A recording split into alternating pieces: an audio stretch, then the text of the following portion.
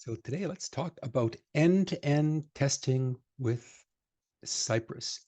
And as I mentioned, this really is fun. You're going to hear me say Cypress is awesome. You can count the number of times I say that because it really is. It really is a great program. It is end-to-end testing, which of course differs from integration and unit testing, which is what we're used to. We've done integration and unit testing, haven't we? Now we have this spectrum where we have this little line here, there, like this. There's our spectrum. At this end, we would have unit testing, okay, where we test a single unit. And what's a unit? A unit is, of course, a function, isn't it? The smallest possible thing you can test is a function. So unit testing is a testing of a single function. And then we have integration testing, which is the testing of more than one function. Really, any more than one function or one unit is integration testing. So we're testing this component. That's unit testing, testing a couple of components working together. That'd be integration testing. And at the far end of the spectrum, we have E2E testing, end to end, sometimes called A to Z, E to Z testing. You'll hear it called a number of different things. It has a bunch of names, but oftentimes end to end or A to Z, A to Z is what it's commonly called. And what this means is we test the program as built, completely built, just like a user would. And that's the big difference. We test it just like a user. So does a user have access to the source code of the program? No, they don't. We don't look at the code for the application. In fact, today, we're going to test this application and we won't have access to the code. We're not going to look at one line of React code. I'm assuming it's React. I don't even know. Maybe it's not React. We're not going to look at one line of code for this little application we're going to be testing here today. It's all testing just like the user would see. And all they would see is this. They would see a browser and they would click on things and do stuff with their app. That is what we'll be doing today. Now, we used in integration testing, we used Jest, right? And Jest was a test runner. And we used some extensions like testing library. And we can also use other things. But generally, Jest is a test runner and it is CLI, isn't it? Command line. It runs in the command line. You start npm, run npm test, npm test, and it runs your test and spits out output on the command line. Okay. And you program it and you interact with it this way. As a developer, that's your only choice. You have no other choice to interact with Jest, at least not out of the box, than to npm test and watch what it does on the screen. And sometimes it does some really weird and wonderful stuff. And we're wondering, what the heck is going on with my test? Okay, well, an advantage is it's very fast. Once those tests load, it can blast through tests milliseconds each, very, very fast, because there's no browser. There's no browser. It's not even close to browser. There's no browser involved. It doesn't need to create a browser. It doesn't need to wait for the internet unless you got API calls. And it's very, very fast. Okay. Now we have Cypress. Sci, as we like to call it. We'll explain why in a second. So it is also a test runner, but it does things a bit differently. It runs in its own browser. That means it instantiates a browser when it runs. It creates a browser and runs your code or runs the app in that browser, just like a user would perform them. And it interacts with a website or a URL. So it doesn't interact with the code. The only thing Cypress sees is right here in the address bar. That's what it sees. It sees HTTP localhost 8765 for some strange reason. Who knows? Well, I didn't write this thing, so I don't care. And I don't care that it's written in Vue, React, Angular, Vanilla.js. I couldn't care less. All I've got here is a URL, and I'm going to test it. Okay. Now, you probably imagine that this makes it slower, doesn't it? Because it has to interact like a person. Remember inputs? We did the reverse of target or event dot target dot value. Remember that funny thing we had to do? We had to do the reverse of that. It's kind of cool. We had to actually make our own event with a target and a value in it. But that's really fast. You can go like that's like a nanosecond in JavaScript. It punches in that text very fast into the input and goes. But with Cypress, it has to type it in. And how fast do people type? Could be anything. If it's me, it's very, very slowly if I want to have no spelling errors. Some people type fast, some people type slow. We test that. We can test how does our application behave if the person types fast, if they type slowly. And that can be important in the user experience. So it is much slower. So we don't run it generally as part of the development cycle. It usually happens at or near the end when things are pretty much built, because you need an application to run. And it really is the final step, sometimes before delivery. This is run, and end-to-end test is run just before we ship this thing or release this thing to the client or online. We run our final end-to-end tests, and if they pass, this product is now good. Okay. So there's our kind of intro to Cypress. Cypress is really awesome. You're going to love it. Okay. So how do we use Cypress? Well, let's go to Cypress. Let's take a look. We'll go here and click browser. I'm going to pull up Cypress. Cypress Testing. There we go. How Cypress works. Let's go to Cypress.io. Is there a Cypress.io? Cypress. Oh, there we go. Cypress.io. Now, one thing about Cypress, it's also free. It's not licensed. You don't have to pay for this to use it. And I can't believe that because it's just amazing. You will notice really quickly how amazing this documentation is. Their site is just incredible as part of being easy to use, intuitive, and it was written by developers for developers. So you can tell the people that wrote this were developers themselves. For example, I want to click on this, do that. I can simply copy that, copy to clipboard. Okay, so it tells me how I can get started. npm install Cypress, and a couple things I can do. It talks about how Cypress works. It's pretty good. Let's go to the getting started. I think it's right here. Getting started installing Cypress.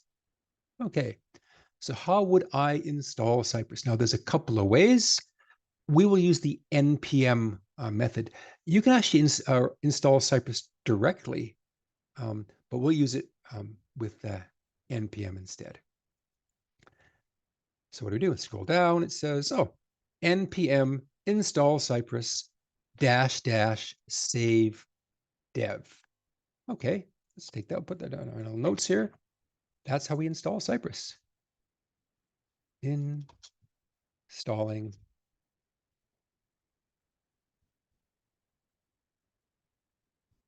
I'm not used to this keyboard yet. It's still, my muscle memory is still killing me with this thing. npm install Cypress save dev.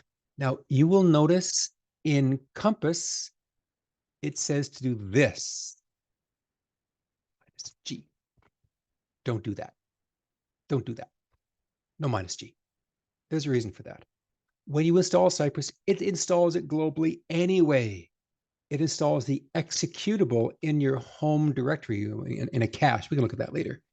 So that minus G is kind of pointless. It doesn't do anything. It just messes up your node.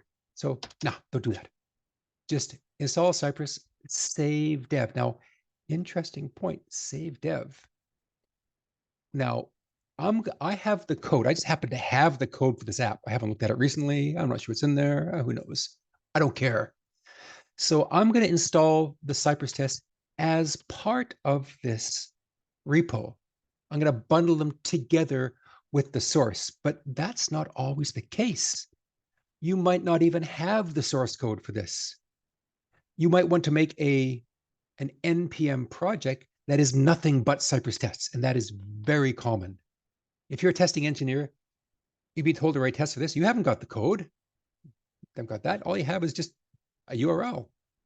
So you'll make yourself an NPM project, and that's all it does. We'd call it maybe, what's this thing called? It's called music library. So we call the library or the repo music library dash Cypress or testing or something. We do an npm init, make it a Git a repo, and we'd install Cypress as the main player, not even with a save dev. In this case, Cypress would be the main part of our project. This is also very common, okay? But we're going to put our Cypress in this source code. So npm install Cypress. Now, I believe Compass wants us to use version 9.7. Right now, Cypress is up to version 13.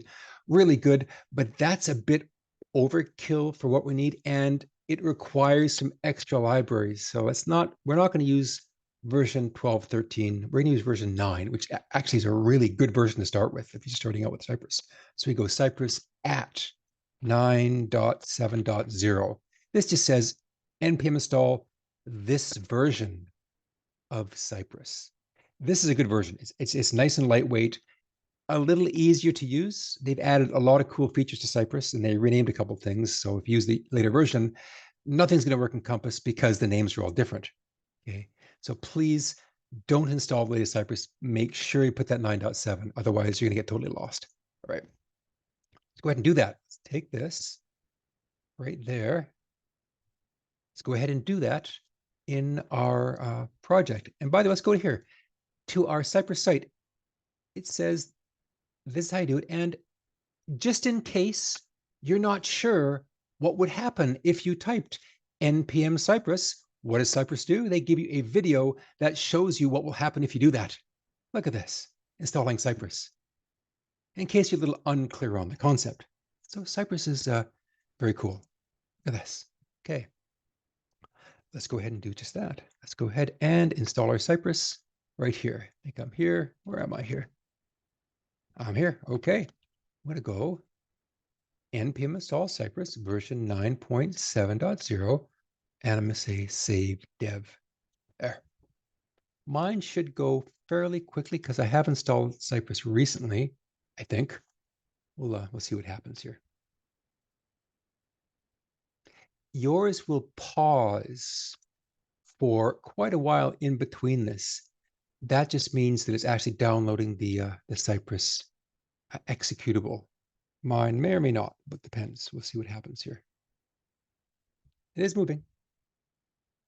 That wasn't too bad. So I must have had it installed locally already. It just attached it to my project. And we can take a look. If we take a look here, let's open up another terminal and go cd. If you look at your home directory, you have all this stuff, but you have this thing called cache or .cache. We cd into that. Cypress. It's put Cypress there. cd Cypress. What's in there? Oh, okay. 9. Cypress again. Oh, well, there's all the executables, and these are binary files. These are all the executables for Cypress. So as you can see, it actually installs Cypress in your home directory anyway. So the -G, all it does is adds the node modules that allow an npm to talk to Cypress. That's all that install is doing. Okay. So, well, now how do I run Cypress? Well, they say npm open. I believe, take a look.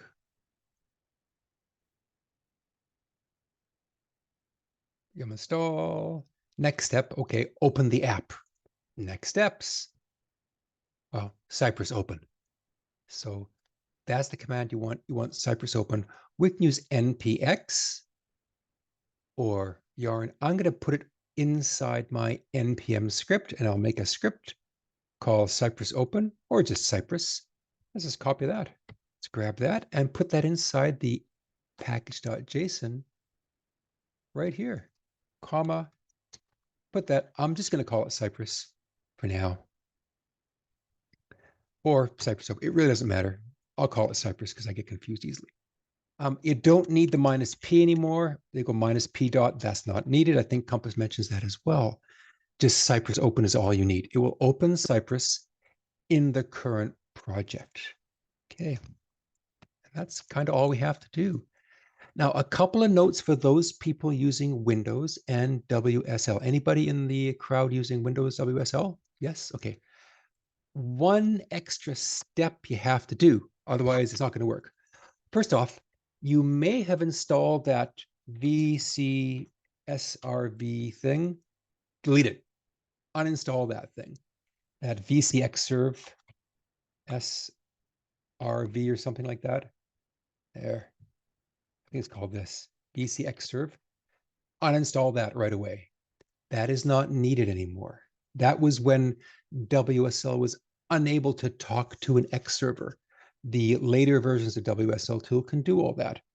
I do encourage you, however, to open up a command prompt and check what version you have of WSL. WSL -- version. If you get anything but this, update your WSL. You might get this, invalid command line, or a whole bunch of stuff. So -- version. You should be running 5.15.90. It's a new version. It's really good. It has all the cool stuff built in. And WSL -- update will, of course, update your WSL. I'm not administrator, so it's not going to do it right now. Take a look. Yeah. So I've got the latest version, but just -- update. One extra thing. So once you have that, to start Cypress, you have to add one thing. That one thing. Export. Sorry, Display. Gary. I was just looking quickly. So the latest version we need is 1.2.5. Just the latest version. Yeah, kernel 5.15.90. That's what you need. Okay. It's the kernel version that counts. Yeah, that's the one that matters, the kernel. But really just can't hurt. Just type WSL -- update, and it'll tell you if it works or not. If it updates, let it do its thing. Okay. So, but you have to type this before you start Cypress. Export display equals :0. Important. Without this, it's going to say there's no X server installed. It can't talk to anything. So export display equals :0. I actually add this to my bash rec in my WSL itself, but just do that. That's all you need. There. We're good. In fact, you can even put that in the script. Just put that right there. There. And put and so it always runs. This is fine too. It doesn't matter, but I like to have this all the time because you can run other Linux programs. Fun fact with WSL now, with the new WSL, you can run any Linux program. You could literally install Firefox for Linux on your WSL and run it, and it'll show up as a Linux program on your Windows. It's very cool. It looks like Linux, like a Linux app. It's very, very cool. So I can play with this kind of stuff. All right. And now to run this, I simply go npm run Cypress, and that was the name of the script I gave it. Yes, Cypress. Okay. It might say This is the first time running Cypress. We're not sure. You get this funny messages. Ignore all that. It's not important. But what you do get is you get the Cypress dashboard. There. Keep this small. We don't use this much. So don't make this full screen. Please don't do that. It's not necessary. Make it postage or playing card size. That's all we need. Okay. Because this is not the main window. Don't update, please close that off. Do not be tempted. It will cause you to regret that. And there's Cypress. It's created some sample tests for us. Okay. So this is a Cypress dashboard. You can minimize this for now. There. And they gave us some sample tests. Now, how does Cypress run? Take a look. Let's run one of these tests. Well, I want to run this spec. You notice they're called .spec. This is todo.spec.js. It's strange they didn't call them .test.js, did they? They called them .spec.js.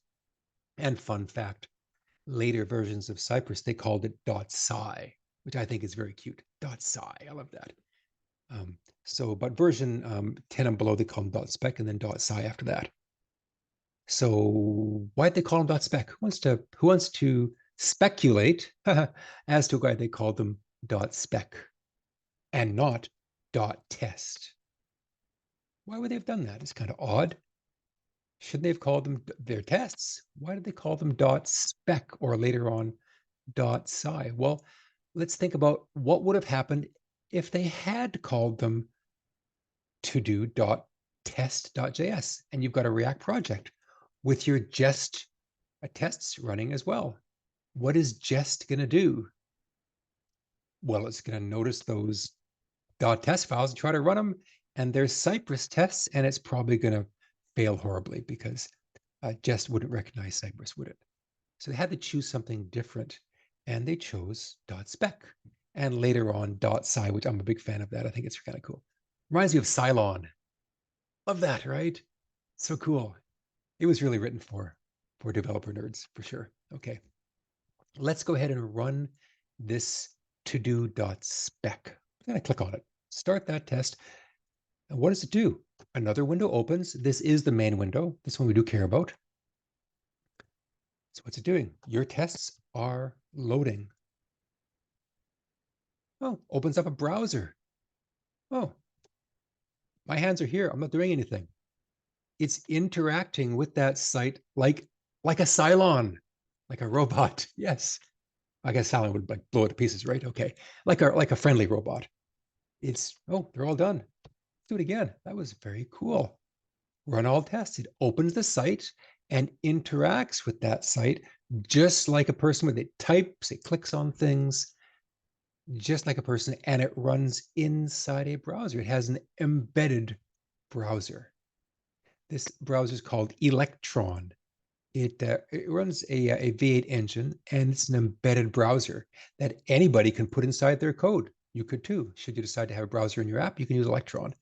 And they chose Electron as their browser, and it's very cool. Close the test. There.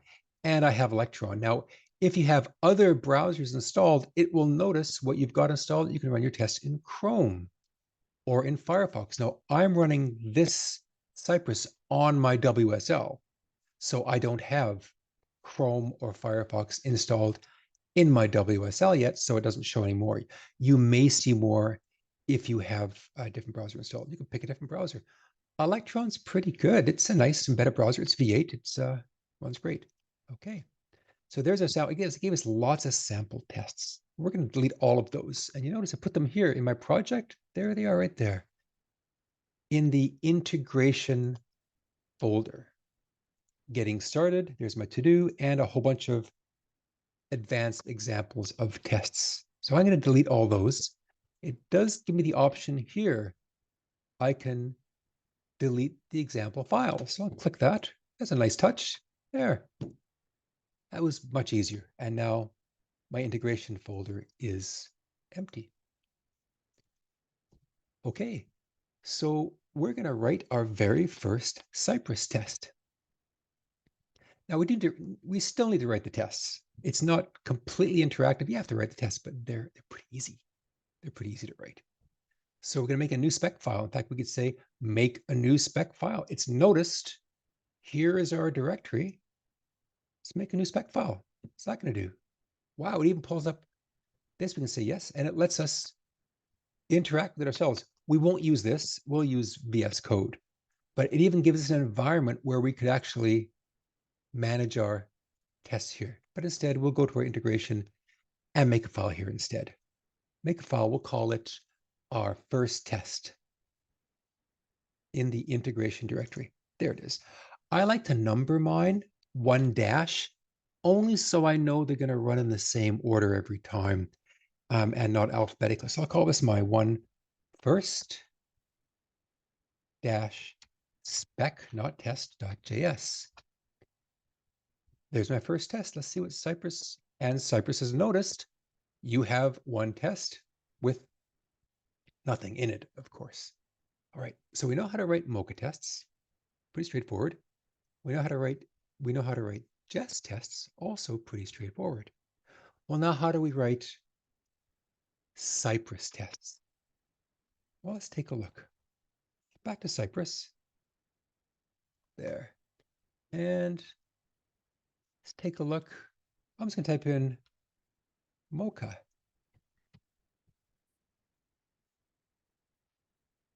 Okay. So Cypress actually includes Mocha. It is based on Mocha, and it uses this format, this BDD syntax, describe and it, and all the same things in Mocha. So because it's based on Mocha, there is really nothing new to learn.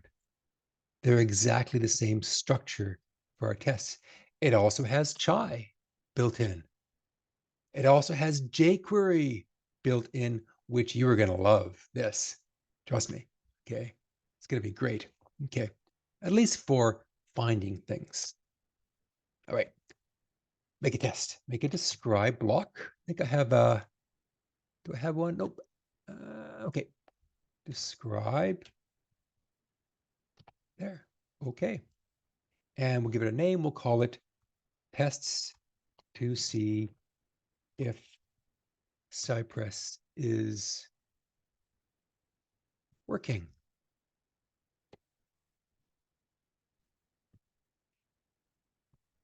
There we go. And we'll make ourselves a test, which is, of course, an it. It. Okay, I tell you this. No, it likes Mocha. Can't do that. Okay. So it will just say can run a very simple test. Oop. Darn your keyboard. It's off by that 1 millimeter. Okay. 15 years with the same keyboard. This new one's driving me crazy. It's such a personal thing. Okay. It's like buying a new toothbrush once every 2 years. It's hard to get used to, isn't it? That new toothbrush every couple of years. Yikes. Okay. Yeah, my partner's actually a dentist. She would shoot me if I said that in front of her. Okay. So assert equal. Assert dot equal. It uses chai assertions. And I just want to assert is true, true. And we'll talk about assertions a bit later.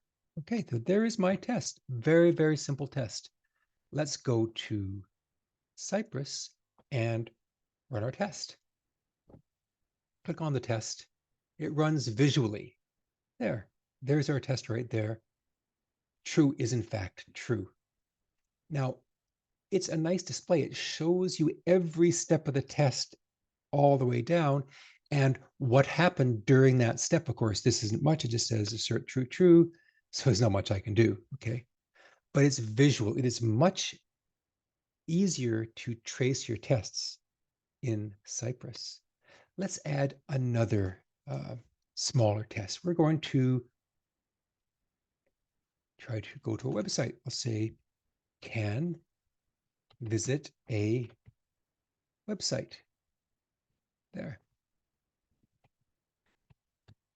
Now, one thing you will find about Cypress is it is very intuitive. They don't make things difficult at all. So if there's something you want to do, chances are Cypress made it easy to find. So I'm going to go to the documentation really quickly. I'm going to say how to visit a site, how to visit. What is visit? Yeah, visit. Well, it turns out there is a command called visit. All Cypress actions, or all Cypress root actions, as we'll call them, start with sci dot. In this case, it's sci dot visit. Can't get any easier than that. Sci dot visit, give it a URL. Okay, there's a correct usage. They really beat this to death. Like, yeah, just in case you're not sure what a URL is, that's what it would look like. Sci dot visit and then give it some URL. Let's do that in our test. Sci dot visit. I'm going to give it this one. Now your app has to be running. So I've got this thing running, localhost 8765. Let's put that here. I have this window only open only for informational purposes. It's not being used for anything really.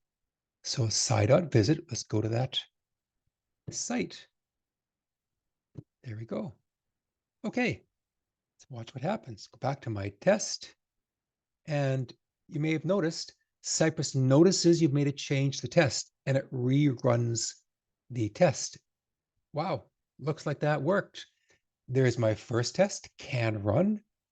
There's my second test, visit the site, and it pulls up my site in its browser window. And yes, I can. It says I made an AJAX call as part of the site. It made this call, it looks like, to something else. Okay. And by the way, this is a live window. See, it's live. It's not just a viewport. You can actually interact with it if you want to. So it's a live browser. Okay. Can visit the site. So that's a simple test. Let's go ahead and change a couple things. In fact, let's go back to our site. There, back to our test. Let's edit something. Now it says that this particular browser window is running here in 1000 by 660 resolution. Let's click on that. It's called the viewport. You can change the resolution of the viewport.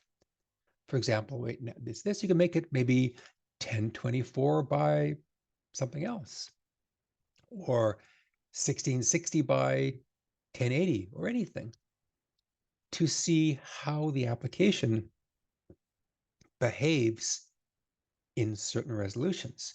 Is this button visible on a smaller screen? Maybe it's hidden and you can't access it. And Cypress would fail if you tried to. So it's not a bad idea to run tests with different resolutions.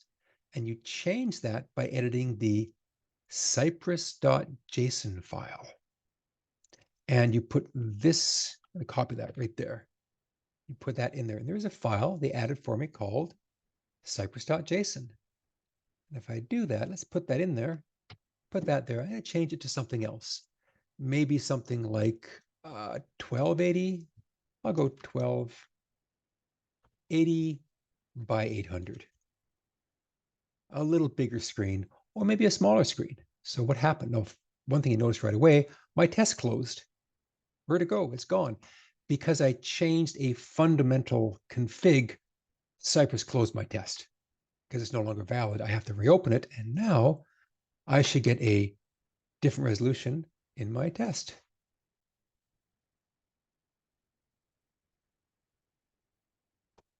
And I do. A little smaller. It's a little on the small side. Let's make it smaller. Maybe make it 800 by 600. We'll go an older school monitor. There. How does our app run in this resolution? Okay, try it again. And you can have multiple files. You would simply have many of these files and simply replace them when you run your tests. It's a little on the, that's not bad. It kind of fills the whole screen. I can Yeah, that's not bad. At least things are visible. Maybe a tad, I'll make it 1024. 1024 by 800. There. A little newer monitor.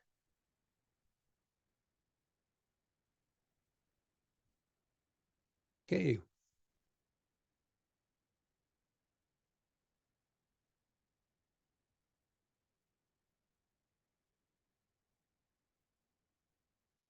This is not bad. So we're going to perform our tests in 1024 by 800, at least this series of tests. So let's go ahead and make ourselves some more interesting tests. I'm going to test the following things. So with this app, I want to run end-to-end tests on this app. Now, these are user experience tests. Can the user do what they want to do? And these tests are all about, does the app behave like it's supposed to? For instance, if I click on that checkbox, does it change state? If I uncheck and check that checkbox, does that really happen? Can I even uncheck that box? Is it something that is uncheckable? Okay, so we ask these really, really difficult, fussy little questions about the UI. What happens when the user clicks there? Does it change state? So that's what I want to do. So I'm going to write a test to do that, to test checkboxes in my app. So go to my integration, make a new file. I'll call this 2-checkbox.spec.js. Okay. What I want to do is have my describe. Like, I'm going to copy this. So it wasn't bad. Take this because I'm lazy. And there. And I'm going to say tests for checkboxes. And as I have mentioned before, please make your tests or your describes and your test names very descriptive. Because what happens is you may have 1,000 tests that ran last night. And if you call them all do stuff, test stuff, and your tests come back and one of the do stuff failed, you have no idea which one failed in the report. It says, yeah, this test failed, update stuff. So we tend to give our tests pretty descriptive names as a rule. Okay, so I'm going to say this can uncheck the explicit checkbox. That's what it's going to do. It's going to uncheck the explicit checkbox. Okay, it'll visit the site. That's what I want. Let's make sure our test works. I write my tests incrementally. So I stop here. Okay, let's go to Cypress. Let's just run our test from here. Go to my checkbox, tests, open those. It should open the site. And if it passes, I'll continue. And there, that part worked. Now I can continue. Let's go back to my test. There. Now I want to locate that checkbox on the screen. Now remember in using Jest and testing library and how fun that was? Trying to find stuff on the screen? That was fun, wasn't it? Get by role, get by test ID, get by all these get by or find by, query by, all these bys, right? Using testing library. Somewhat difficult to navigate that syntax of how to find things on a screen. Well, with Cypress, it's much easier. So although we don't have access to the source code of this application, I do have a browser. I can open DevTools and I can see what's going on. So if I inspect that checkbox, if I find it, let's go inspect, I can find it in the DOM. So it says this checkbox right there, it's inside a form, okay, and a form called filters form. And then it's in this div called filters form group. And then it's an input with a class of what's the first one? So it's not bad. So there we go. So I've got this form called filters form group. And I've got the first div inside that. And inside that div, I've got an input. So I'm going to find this the hard way first. So I kind of got an idea what I want to find. So I want to get that checkbox. Okay, let's go to Cypress. How do I get things? Get. So almost everything is a get in Cypress. I want to get something. It's get. Get one or more DOM elements by selector or alias. What's a selector? Anybody remember that term? Selector. We've seen this, haven't we? Like this. This is the same as jQuery. Find dot list. Find pound this. So finding things in Cypress is very, very easy. We just need to know the selector. So this is going to be a sci.get. Sci.get.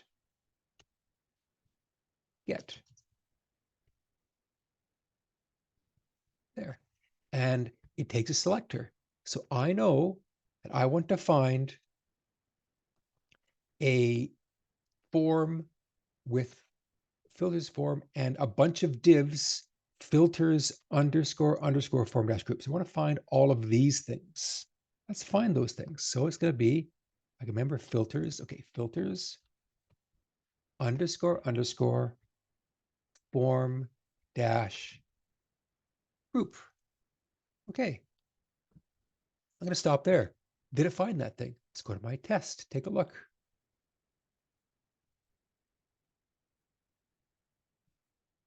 Okay, filters underscore underscore form dash group. Let's take a look. Oh, that's not a selector. What did I forget? A dot. It's a class, right? Just like jQuery. Find something with a class. Go back here and it found it. Let's take a look. Visit the site. There's what it found. You hover over it. Look at that. It shows me what I found by hovering over that. Or I can click on it. It shows me what I found. Okay. I want to get the first item from that. Well, dot first. Let's get the first one. Okay. Back to my tests. Okay. Visit, get, got the first. Okay. And in that first one, it has, there it is. There's the first. It has an input in it. Well, this I just use a find, like a jQuery find. Same thing, a find, and I'll find the input inside this thing, the input. Okay, back to my test. I did. Visit, get all five, get the first, and find the input. Now I have what I want. I want to uncheck this item. Well, how would I do that? Let's take a look. What does Cypress say? Uncheck. And turns out there is a command called uncheck. Syntax is unchecked. Common usage. Sci.get, something, uncheck. Incorrect usage, you can't call uncheck directly. This is cool. It gives you both the correct and the incorrect usages of Cypress. And this is very useful. You have to be chained off of a get. So sci.get something unchecked. I like that. Okay. So we're going to go dot uncheck. There. That's an action. Let's watch if our action happened. Back to my test. Okay. Well, we run it. Okay.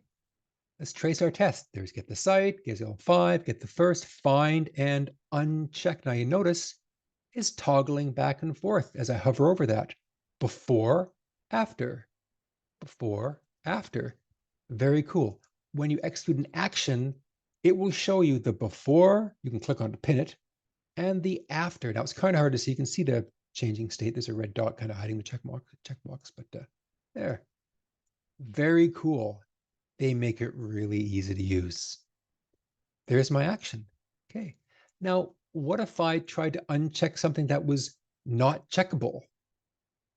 Cypress is self-asserting, much like testing library. If you couldn't find something, it asserts. If you try to uncheck something that you can't uncheck, then it's not going to work. For instance, if I did something else, if I did let's do a sci dot get, we'll get all the inputs, just all of them. There. So we'll get all the inputs and we'll just uncheck all of them. Okay, well, these are all inputs, aren't they? All inputs sounds like a great idea.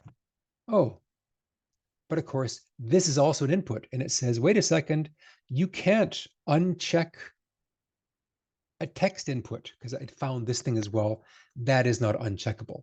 So they tend to be self-asserting. You don't need to write a lot of assertions in your test. Usually the very end of your test, you might want to have one assertion just to verify that this thing actually happened. And that's what I'll do here. I'm going to say this is all done. I'm going to add an assertion, should, and I'll just say be or not be checked. Not be checked. Just like that. Okay, and that's basically it. Okay. Should not be checked. And that's my assertion at the very end, just to make sure that what I expected actually happened.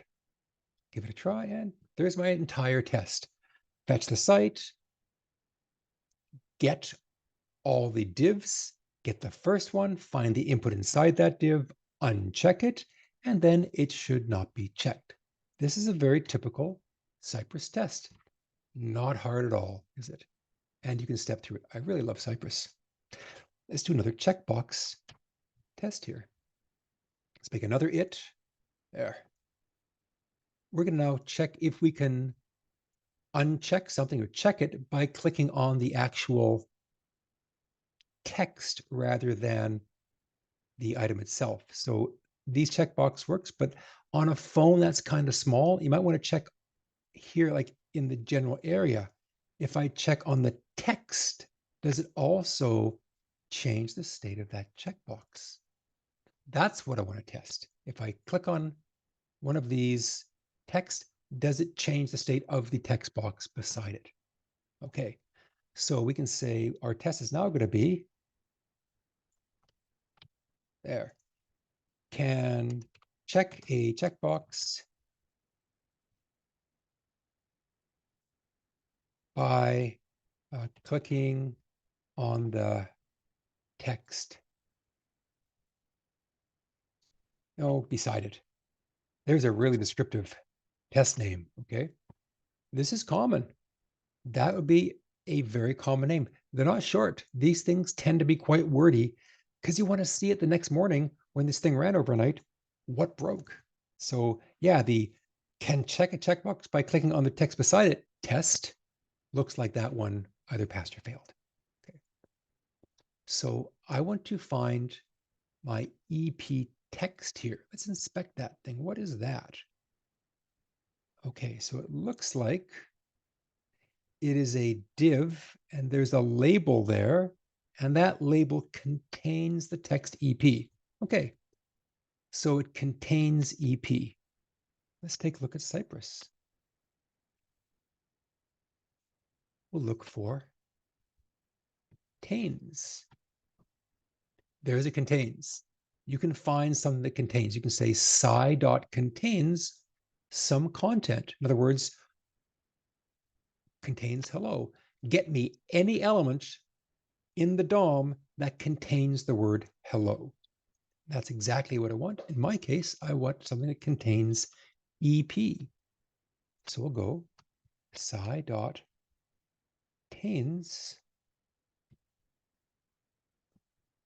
EP.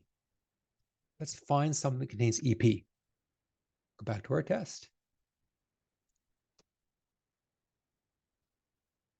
There's my two tests. Now it did minimize both my tests. So what I'm going to do, because I want to see this test running, I'm going to go dot only. It's the running Mocha, so it'll show now my one test only, and it opens up that test. It's a little easier to debug the test. There, visit contains EP, kind of hard to see, but if I click that there, it did find the div. Okay, now what do I want to do with this thing? Who wants to guess what I'm going to do to that EP? Click. Yeah, gotta click it. Exactly. Click. And who wants to guess what command Cypress chose to click something? It's really obscure. I know it's .click, of course. .click it. I'm going to click it. Okay. Back to my test. Click. Okay. Nothing failed. Now, of course, it'd be almost impossible for a click action to fail, wouldn't it? Because you can click on anything. Everything's clickable on a page, isn't it? So this works. So contains EP and click. And there is before and after. So you can see before. So there's before the click. So it looks like something's happening. Okay. So now we need to find out, is this thing checked? Let's try this. Should, I'm going to say be checked. Is this going to work? It should be checked. Let's take a look at my test. What's it saying here?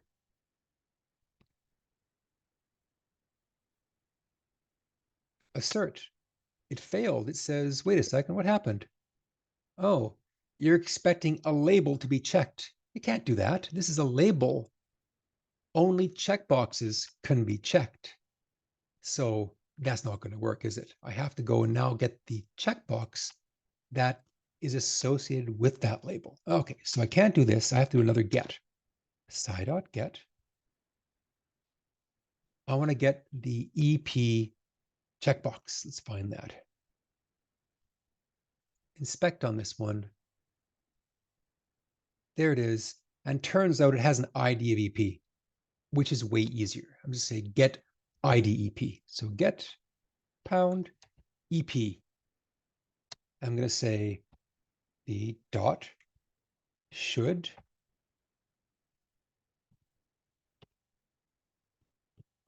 there it is, be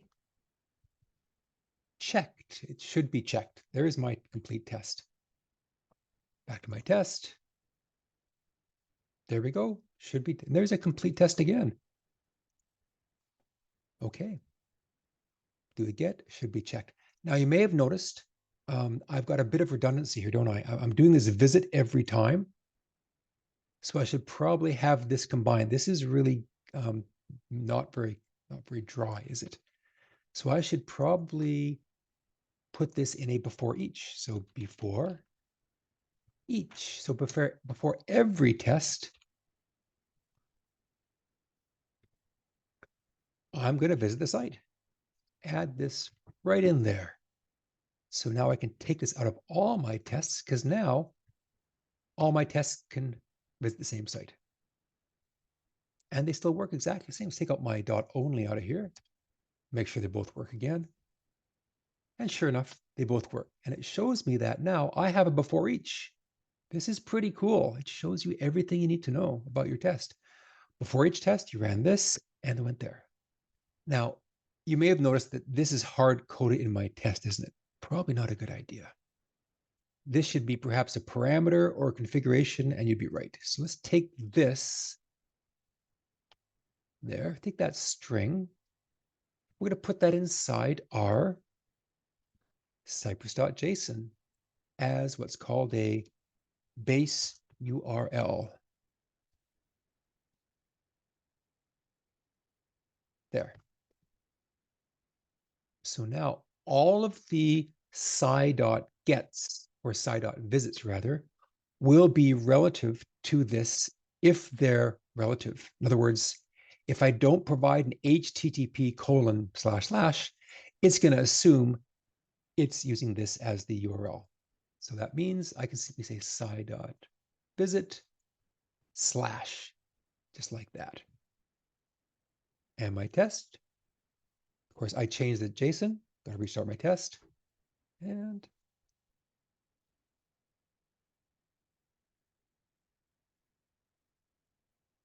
it also works. Exactly. So it'd be uncommon to not have a base URL, honestly, because this file here, you can have many of them, many flavors of it, and have this configured out, because you might have thousands of tests and hundreds of files in your integration, you don't want to go editing this in every single one. So we almost always have at a minimum, we have this in our Cypress.json all the time. I've never seen a test that didn't have this, unless it's a demo test.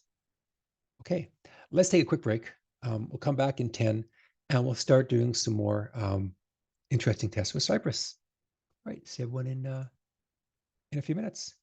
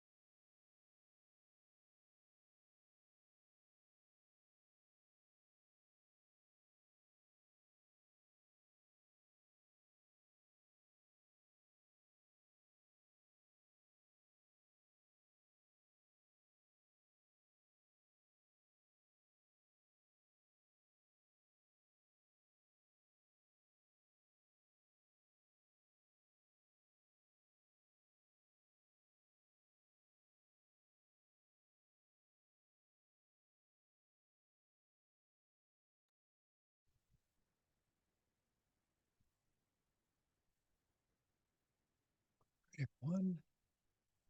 Let's carry on with Cypress.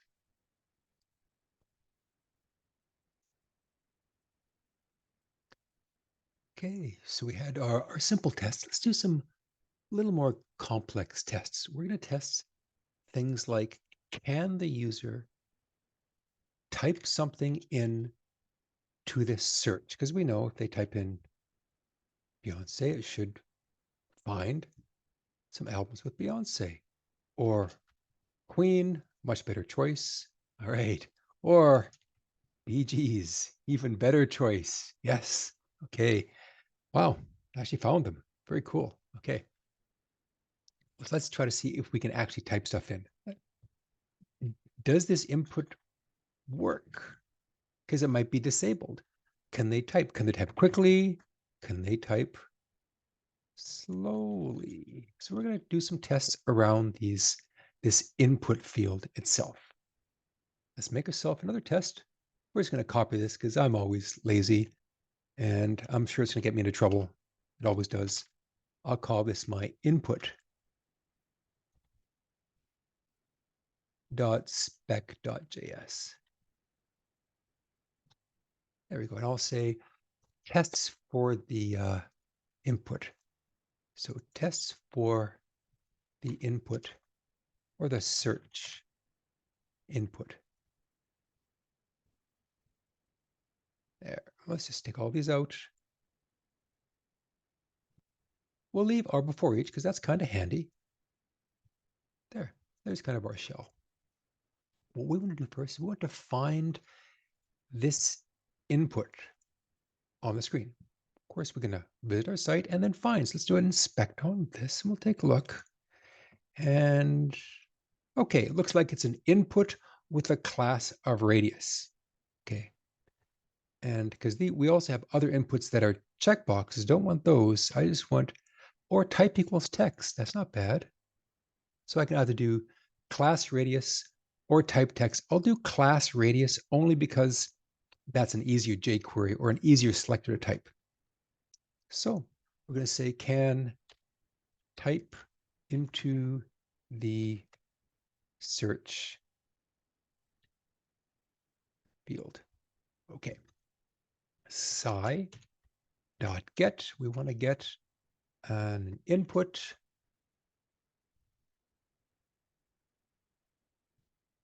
there, and maybe with a dot radius. There. Let's try this. That even work. Go to my test, and I'll start this input spec.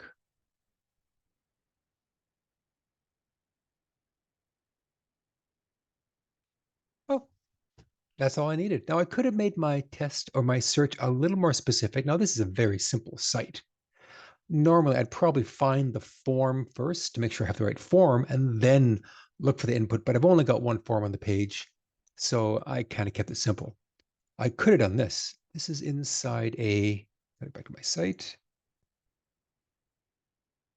There it is. It's in a form with the class of search underscore underscore form. To be more specific, I probably should have done that first. Let's go and add that in there. So I'm going to say, we're going to get a form with the class of search underscore underscore form. So get the form. Okay, found the form. And then inside that form, I'm going to get the radius. So we'll just put dot find there. Little more specific search.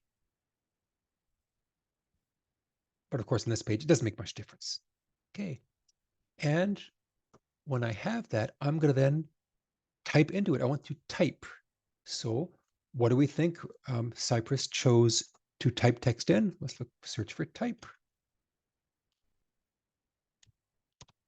And of course, it's just type. There, type. Type text.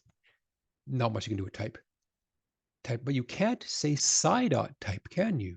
You can only do type chained off of a search. So you have to find something and then type. Okay, well, we have found something. So I'm going to go dot type. Dot type. And we'll type in BGs just for fun. Let's watch our test. Okay. Whoa, well, it worked pretty fast. Okay.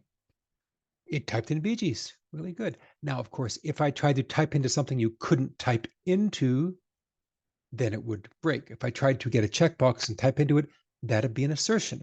You can't type into a checkbox. You can only type into an input. Okay. That's great. Let's try another one. Because that was pretty fast typing. Can type slower. I want to type a little slower than that.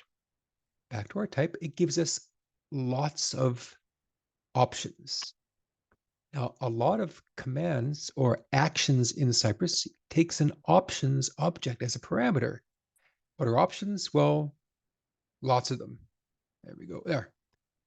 So not sure what that is, but sounds very cool.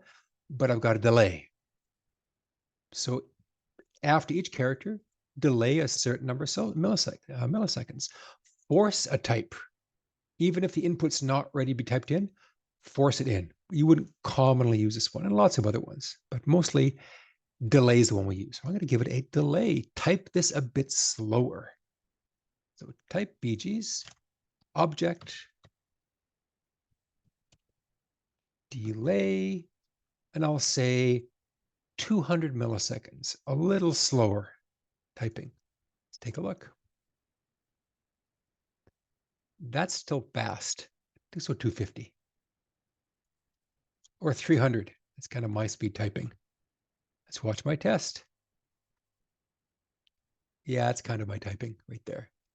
And you can test how the application behaves if you type at different speeds. If you notice, if you type something and it waits and then searches, what's that, like half a second? I can't tell. So you can actually have it type in too slow and watch how the application behaves if they type so slow that it triggers the search each time. Can the application handle someone typing in super fast or super slow? And these are tests you can't do with Jest, can you?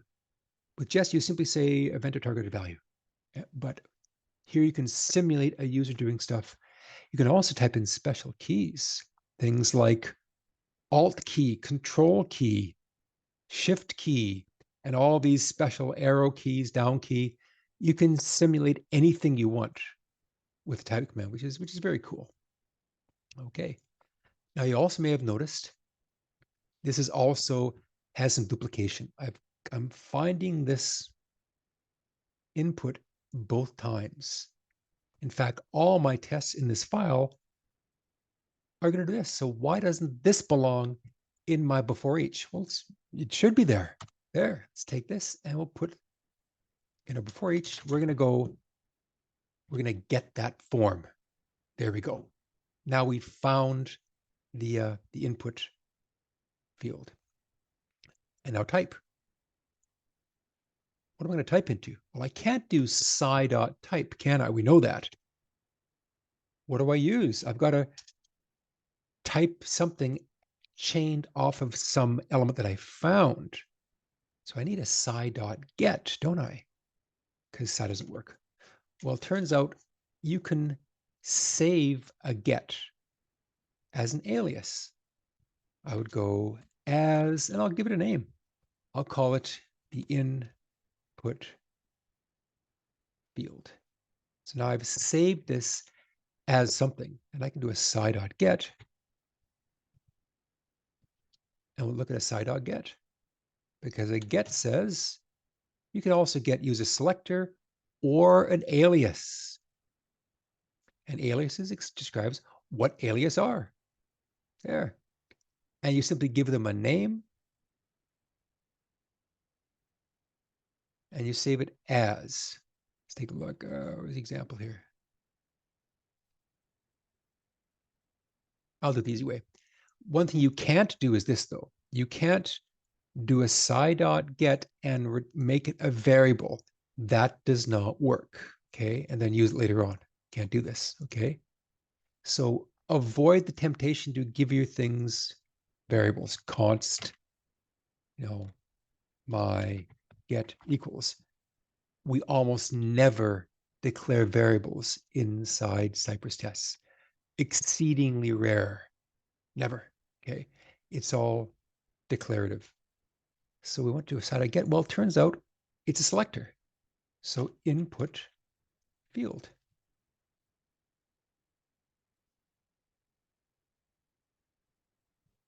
I'm searching for an alias, but this might not work. Why not? Remember, it's a jQuery CSS selector. If I search for just input field, it's going to look for this, isn't it? Input field, an element. So this won't work.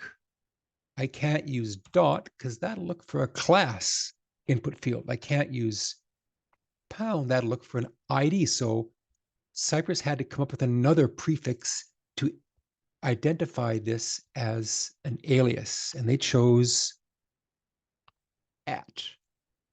It works. A for at. So yes. So at input field means search for an alias with this. Okay, and it'll be the same with this one. Let's grab that. We'll put this one here too. And now, a little more dry. Now we're doing just get input field every time. Let's check our tests.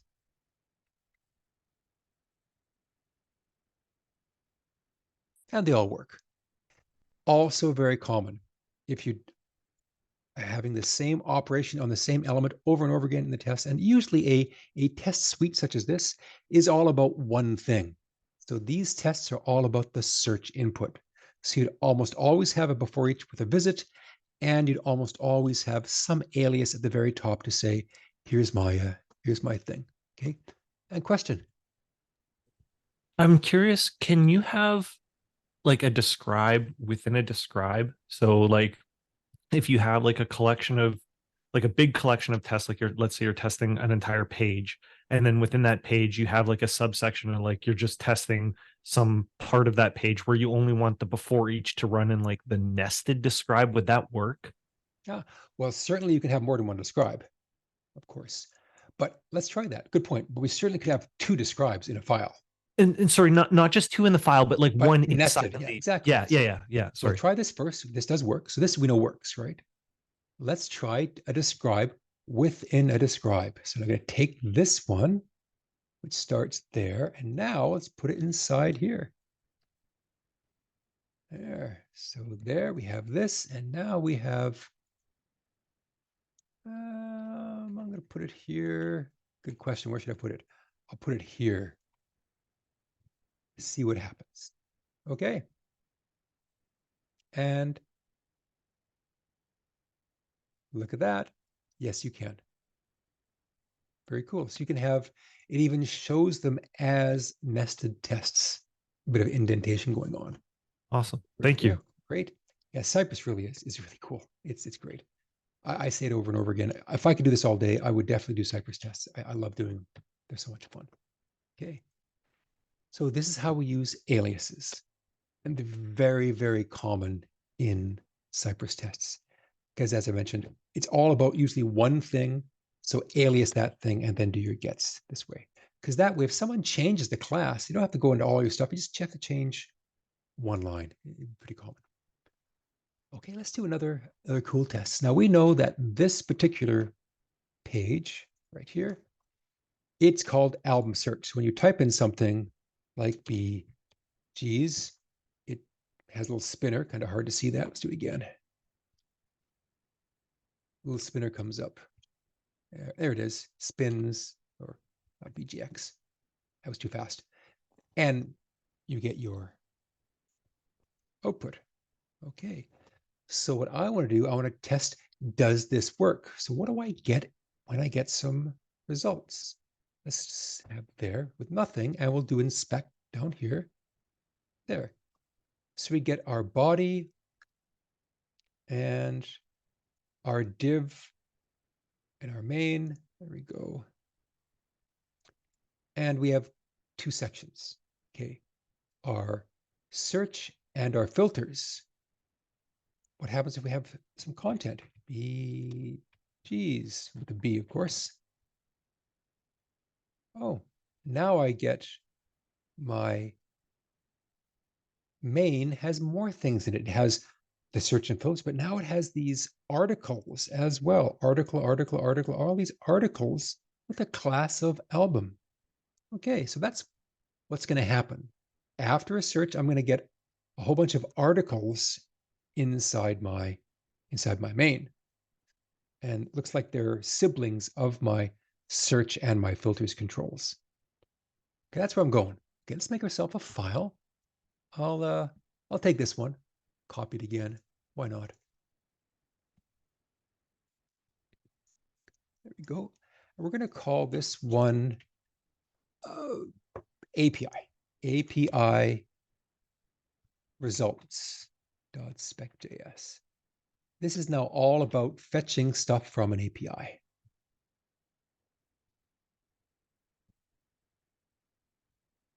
Okay. Close this test. Don't need that anymore. Back to our Cypress. Okay, and have our test. So first off, these are kind of useful. I'm going to leave these here because that is very useful. But I'll say test for API results is the name of my test suite. Okay. And what I want to do is when someone types something in, I want to confirm that does that spinner show? So when they type, you should see a little spinner come up. Okay. So what should I call this? I should say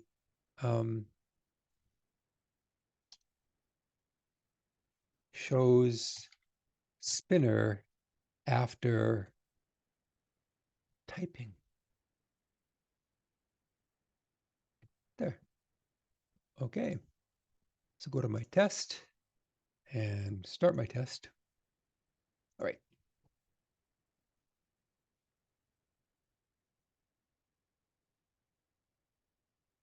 Okay. So I did show, but it's hard to test. I'm going to go to my test and let's step through it. So step by step. Okay. And there we go.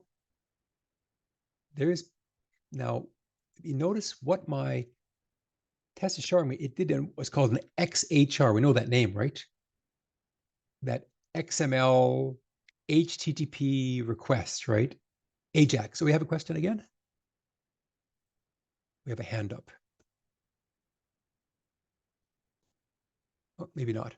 Okay. Maybe the hand's just frozen. So we have this AJAX call. If you notice, it even shows you that before and after, or request and response. So before the AJAX call, it's making the request. The spinner is showing. The response is what happens after the request. So it's like the before and after, but now it's request response. Very cool. You can even see what's happening in the AJAX call itself. But there's the spinner right there. I'm going to inspect that. I can even inspect here. This is a live browser. It's not as good as Chrome, but it's not bad for inspecting stuff.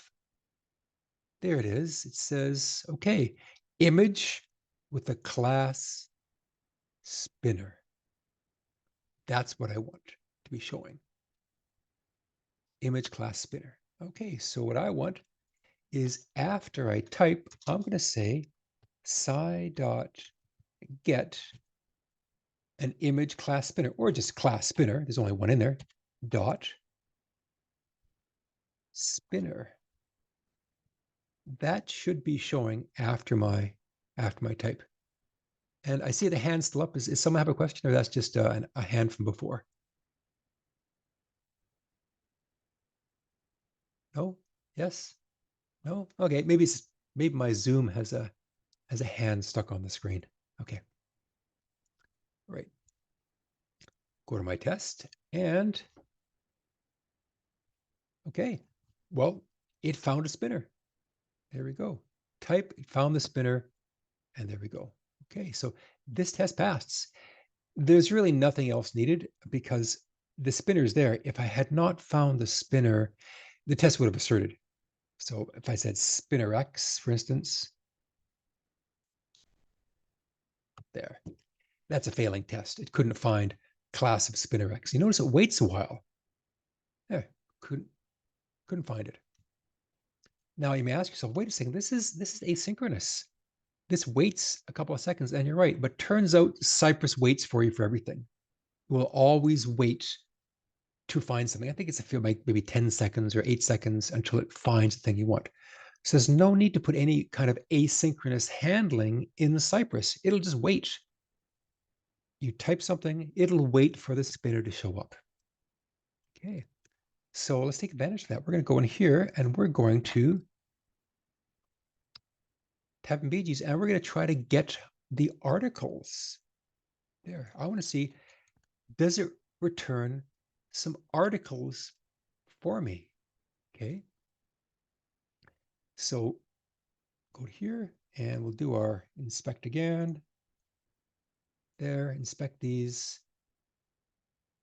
And as you know from before, these are a whole bunch of articles with a class of album. So I'm going to say get article dot album. I should have a bunch of these eventually after you type something. Let's watch my test.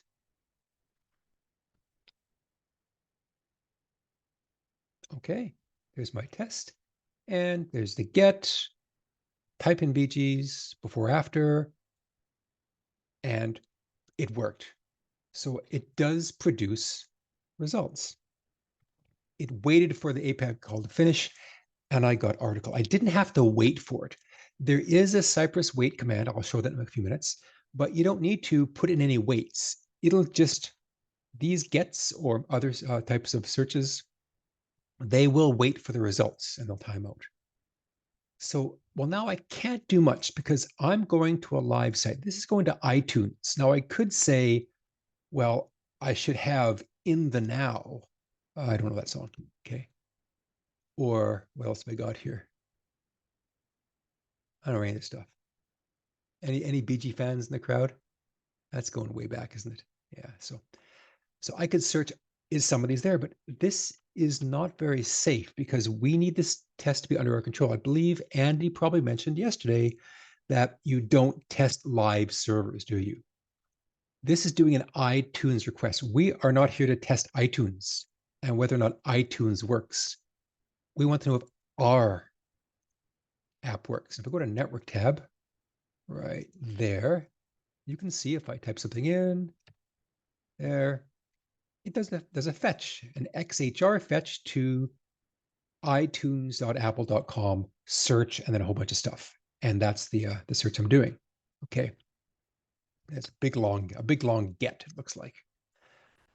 I don't want to test this. I'm not testing iTunes because it might change. It might give me one response today and another response tomorrow. Well, that's no good because then I can't rely on my tests. What if these tests are around for a long time? Who knows? Maybe Apple pulled the BGs from their library. Who knows? Because they were so offensive. BGs aren't offensive. Okay, like totally opposite. Way too vanilla. Okay, but we don't know that, so we can't depend on our tests always running because we're depending on some outside server to fetch our data. And this is where we have to use data that doesn't change or data that's fixed in place. We need fixed data. It's like when you fix the game, it's a fixed race. Well, we need to fix the data to make sure it always returns the same thing every time, sometimes called mock data. So fixed your data or mock data, that's what we need. Because I can't reliably test if these results gave me whatever this is every time and in the same order every time. So I need to make some fixture data. And that's what we have this fixtures directory for.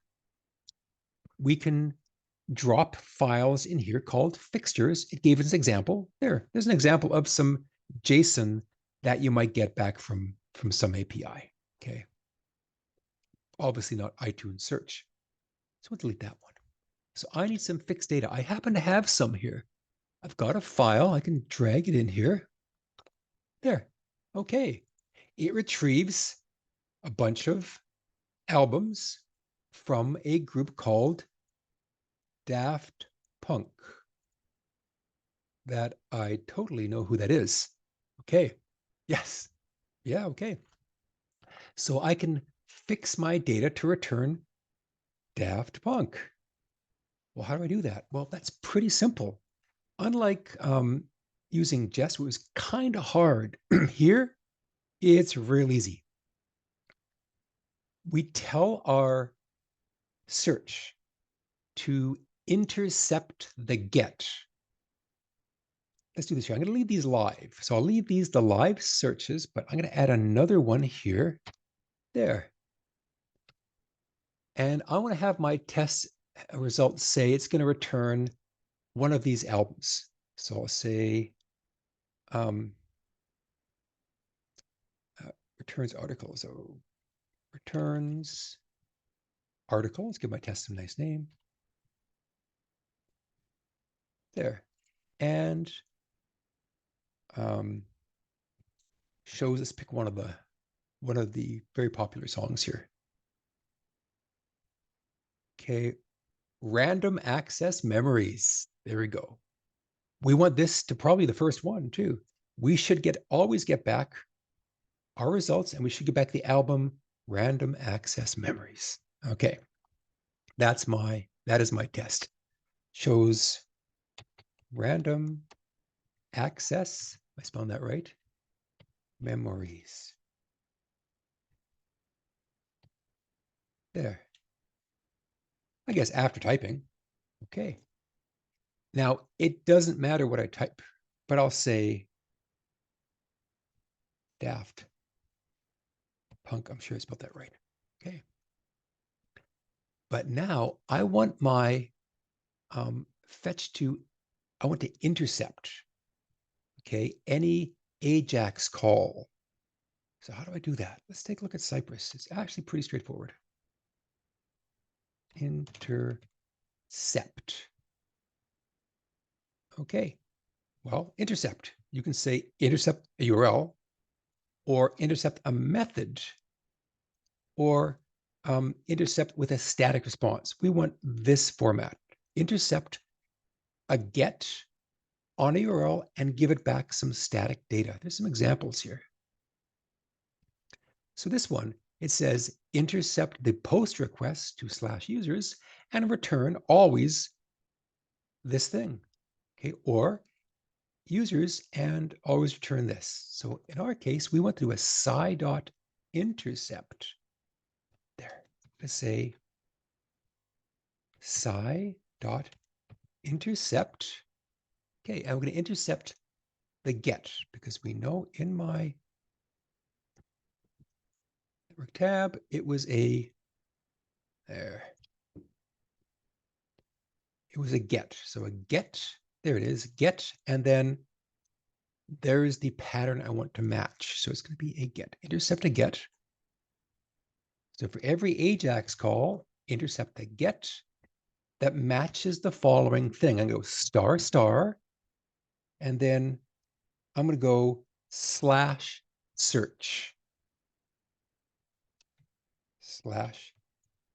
/search. And then just ***. Just look for this string. So match anything with this in it and do the following thing. Always return a fixture of my itunes.json file. itunes.json. There. So now every AJAX call that I make is going to, or if it's a get, matches that, it's going to return this data no matter what. Okay, I'll put this above our get to make sure it's happens before. Okay, Let's take a look at our tests. What's going to happen here? I'm going to put a dot only on this one so it runs a little faster for us. There's our only. Okay.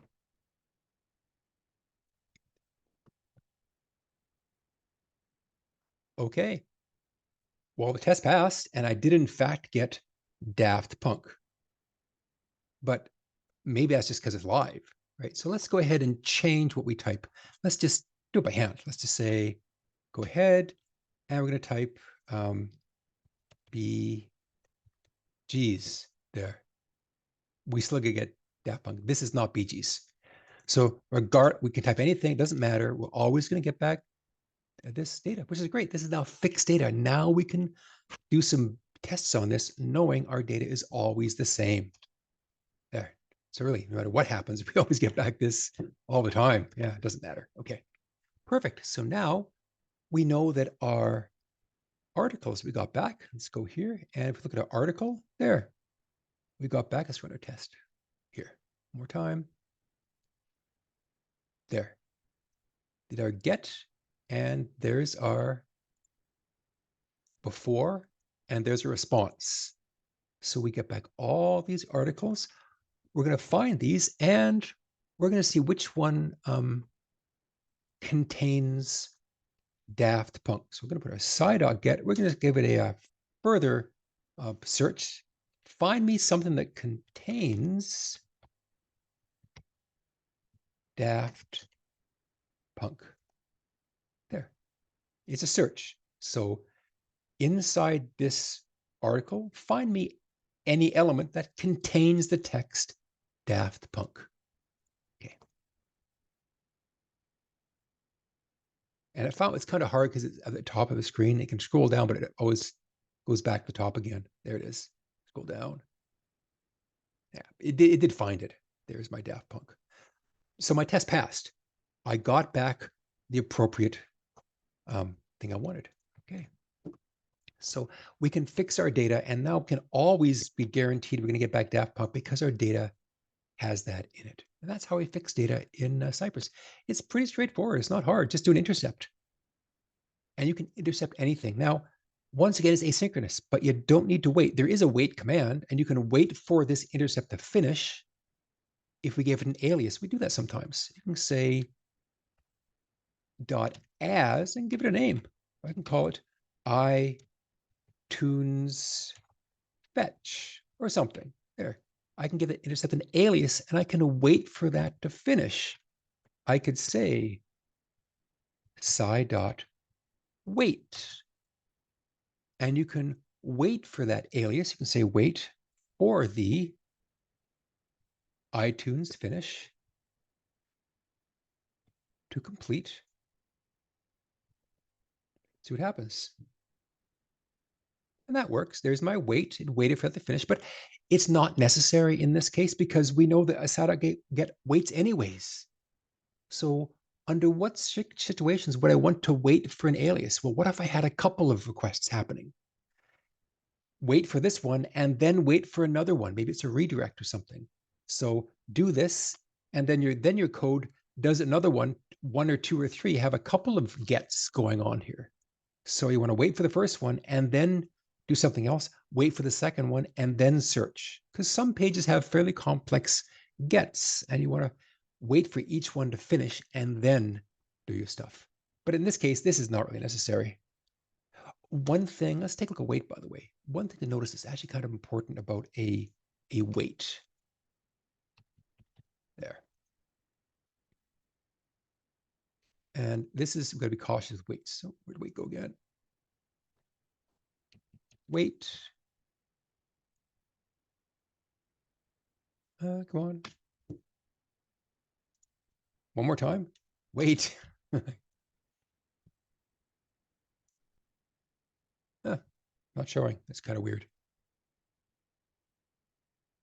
Yeah. Okay. Cypress gone kind of funny on me.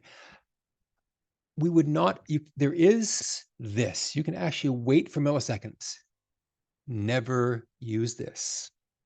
They even tell us in Cypress, do not put arbitrary wait for times in Cypress. It is really considered poor practice. You can do it if all else fails, but that's almost never necessary. So don't wait 2 seconds, then do something else. It's really considered an anti-pattern in Cypress. We'll comment that because it's not really needed for our test. Okay, so our test runs. There it is. Okay, one more test. We're now going to run a complete end-to-end test. We're going to shows articles, or maybe we'll say hides explicit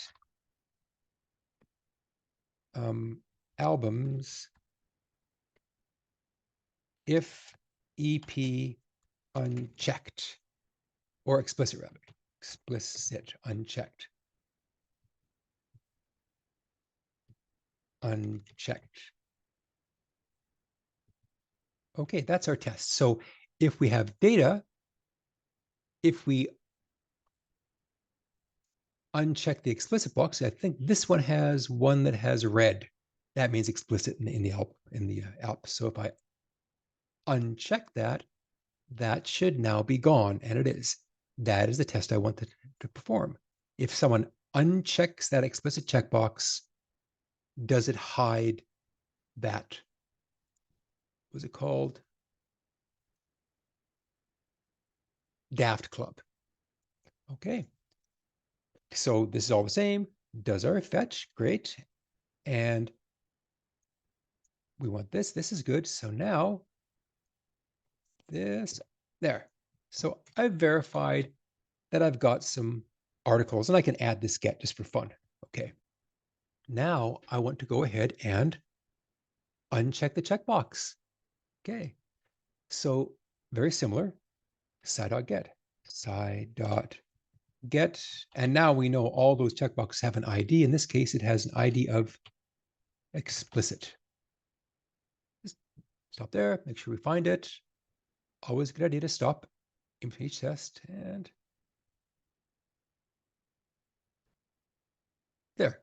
There's my checkbox, it's right there. I'm going to uncheck that checkbox. Dot uncheck. There. And now if I get the articles again, so really get them again. Okay. Once again, we would not do this. We would not say const articles equals. We would not do that. We'd do another get. Okay. We get the albums again, and this time they should. And I'm going to say not contain. These are chai assertions, aren't they? Not contain Daft Club. So there's my fairly longer test. Okay, type in that, get the articles, uncheck the checkbox. I should not have Daft Club. Take a look. Okay, it all passed. So a little longer test, but you can see every step of your test. It's very useful. So check, uncheck. There we go, before and after. Okay. And then get the articles, and it should not contain, which it doesn't. Okay. Let's take my onlys out of here. There, mess me up. Okay, and there's my complete API tests. Some of them have real stuff. Okay, this all works, but then I have my intercepted data, which is guaranteed to work. So mock data in Cypress is really, really easy. It's really not that hard. We simply make a file and do an intercept. You don't need to wait for it. I think in some documentation they say wait. You don't have to, unless your next command is not waiting. In this case, this next command, it is waiting. So after this typing, a lot of stuff happens here. We know this is an API call going to happen here. API call. But the very next sci command waits anyways. There's no need to put a wait here, because API get really is a wait to find the helps. Okay. So that's Cypress. It is very easy to use. It's a very interactive environment to use for your tests. Anyone like this? Isn't this fun? It's a great little program. Totally free. It's very commonly used, very, very popular in many companies because it's so great to use. We're going to do one more demo. This is kind of fun. Because you might ask yourself, well, this is great, but is this how you run these things? Like, do you run the tests like here all the time? The answer is no. This is not how we run tests. This is how we develop tests using the interactive UI like this. We don't normally run our tests like this. They run overnight because we can have thousands of them. Someone's not going to sit there and watch these tests all day running. It's automated. Everything's about automated. It's called CI, or continuous integration, automated testing. That a test starts, runs overnight, and you get a report at the end of the day telling you what happened. Remember the coverage report in Jest? Kind of cool. It tells us what happened. So with Cypress, we want this thing to run in the command line instead. And to do that, it's quite simple. Let's go here, we close that, and we can actually close our Cypress. Once again, you can ignore all these. Notice this. What's this? What does this look like? It looks like Morgan, doesn't it? And that's exactly right. Cypress also has Morgan based into it. So Cypress contains a lot of things we already know. CSS selectors, has Mocha, has Chai, has Morgan, all together in a really cool graphical environment. Let's go ahead and go to our package.json here, and we're going to add a Cypress : run there. And we're going to say Cypress instead of open. We're going to say Cypress run instead. Go to our command line here, and now we can go to clear that, npm run Cypress, and I called it Cypress run, like this, and let's watch what happens.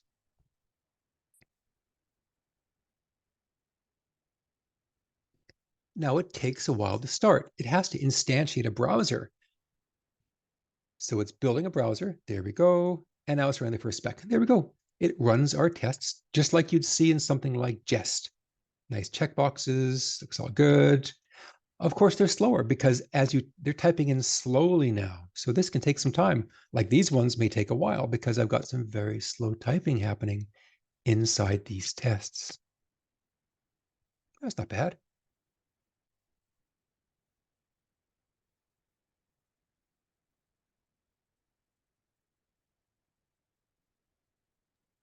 Am I reading that right? That it's actually recording a video of everything it's doing too? Yeah, good catch. Yes, that's exactly right.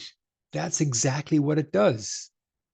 It creates a video. In fact, let's take a look inside my Cypress folder. Guess what? Videos.